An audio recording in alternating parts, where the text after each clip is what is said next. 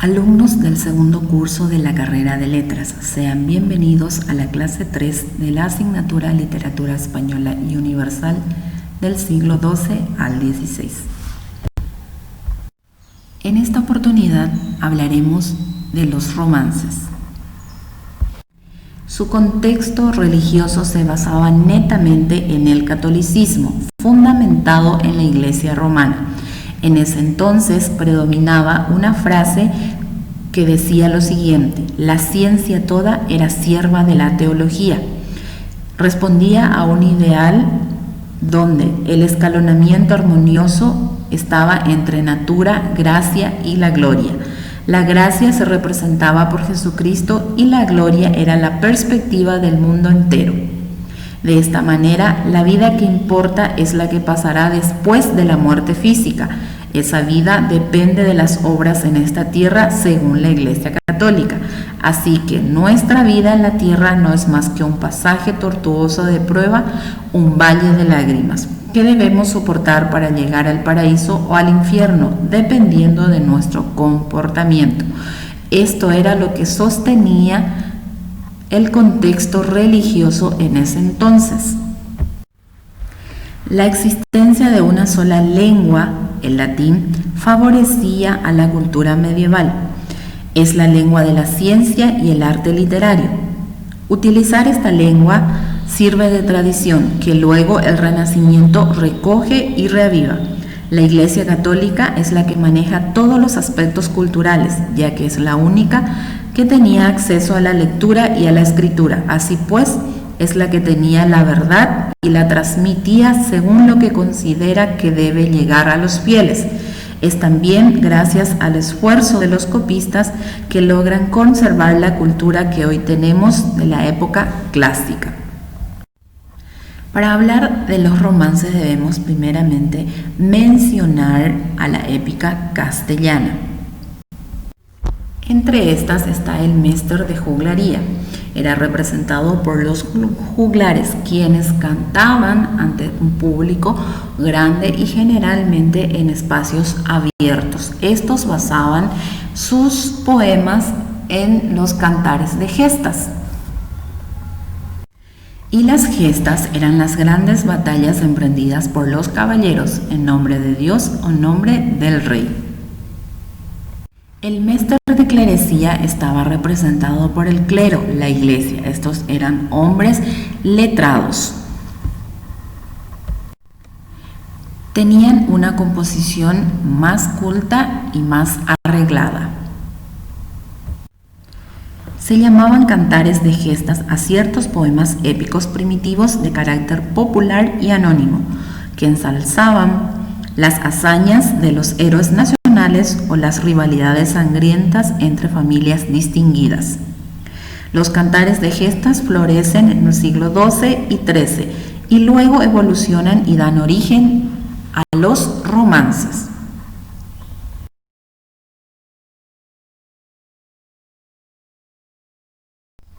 Entre sus orígenes encontramos la teoría individualista, que por cierto algunos investigadores rechazan esta teoría. Se refiere a que ellos creían que el origen de la épica se encuentra en el Mestre de Clerecía, u oficio de los clérigos. Estos eran los hombres poseedores de la cultura, no necesariamente eclesiásticos, y por tanto podían conocer los hechos históricos y redactarlos más tarde. Los individualistas creen que los romances son producto de actores concretos clérigos que empezaron a escribir poemas épicos y no una colectividad ligados a un monasterio. Escribían poemas de propaganda eclesiástica, para lo cual no dudaban en usar a los juglares como medio de difusión de la cultura. Mientras que la teoría neotradicionalista sostiene que los romances habrían surgido de la fragmentación de las grandes epopeyas medievales como el Cantar de Mio Cid, por ejemplo. En este proceso, los cantares de gestas, cantados por los juglares, circulaban no solo en las cortes aristocráticas, sino también en las plazas plebeyas, donde el pueblo escuchaba los episodios más importantes y repetidos cuando pasaba por allí. Se les grababa en la mente y a su vez los repetían y cantaban entre sí.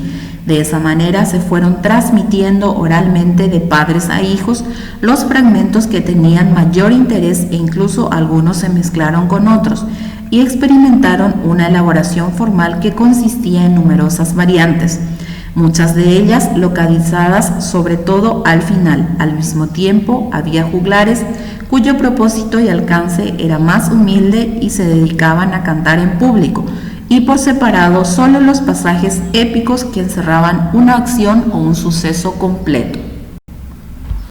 En una primera clasificación de los romances encontramos a los romances viejos y a los romances nuevos.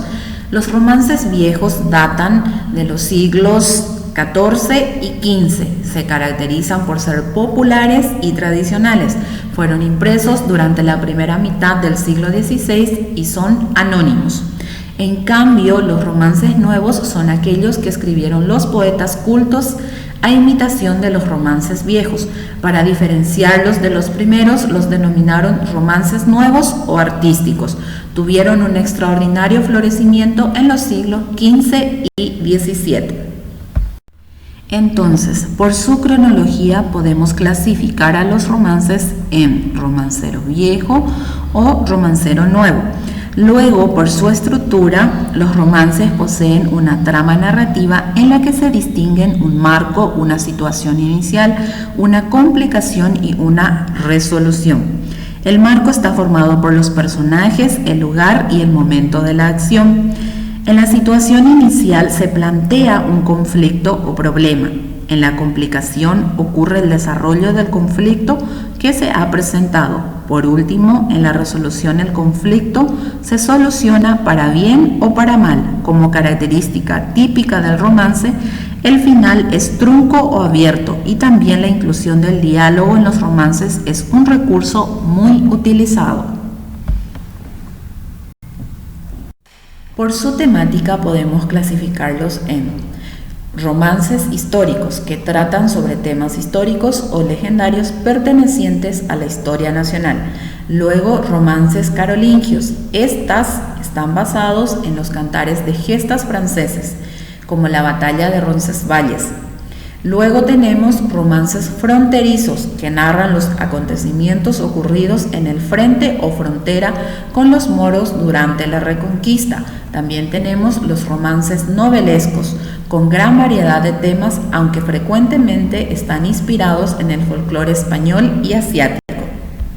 Siguiendo la clasificación temática, encontramos los romances líricos, que son una función de la libre imaginación y el gusto personal. Señala los rasgos subjetivos y sentimentales que reemplazan los detalles menos dramáticos del cantar de gesta original. Se eliminan los elementos narrativos considerados secundarios y el romance abandona el contexto, enfatizando la acción inmediata.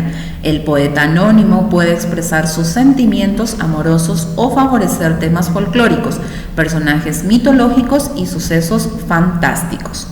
Luego tenemos los romances épicos que cuentan las hazañas de los héroes históricos y por último romances vulgares o de ciegos que narran los hechos sensacionalistas, crímenes horrendos, hazañas de guapos o bandoleros como los 7 del famoso Francisco Esteban, milagros, portentos, etc.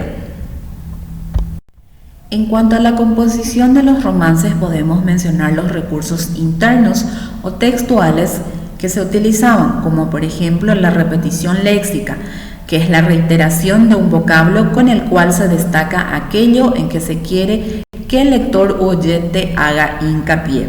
La repetición variada es la utilización de la misma familia de palabras en todo el romance. También tenemos la aliteración, que es la reiteración fonética de una letra. Luego, la construcción paralela se produce cuando hay repeticiones semánticas, es decir, reiteraciones de significado o repeticiones de estructuras gramaticales. Luego tenemos imágenes sensoriales, corresponden a cada uno de los 5 sentidos: imagen visual, olfativa, auditiva, táctil y gustativa. Entre los recursos extratextuales podemos mencionar que tenían comienzo con un personaje en movimiento. Por ejemplo, hablando estaba el claustro. Luego, la localización temporal se realiza mediante una fecha religiosa o significativa para el lugar originario del romance. También podemos mencionar la localización de la acción. Es generalmente a orillas del mar, de un lago o de una torre o un campo de batalla. El romancero sugestionó, como ya había hecho en el Siglo de Oro, la imaginación de los medievalizantes, poetas del romanticismo europeo e hispánico. Durante el siglo IX menudearon las traducciones de estas baladas españolas al inglés, al francés y al alemán. El romancero influyó en algunos poemas de Víctor Hugo. En Austria bárbara, Elisabeth Gluck escribió un romancero en 1845 y en Alemania la imitó Heinrich Heine con otro romancero en 1851. Entonces podemos decir que los romances provienen de los poemas más antiguos, son como fragmentos de aquellos versos originales. Las actividades sobre el contenido podrán encontrar en la plataforma. Espero que puedan realizarlo de la mejor manera posible y será hasta la próxima.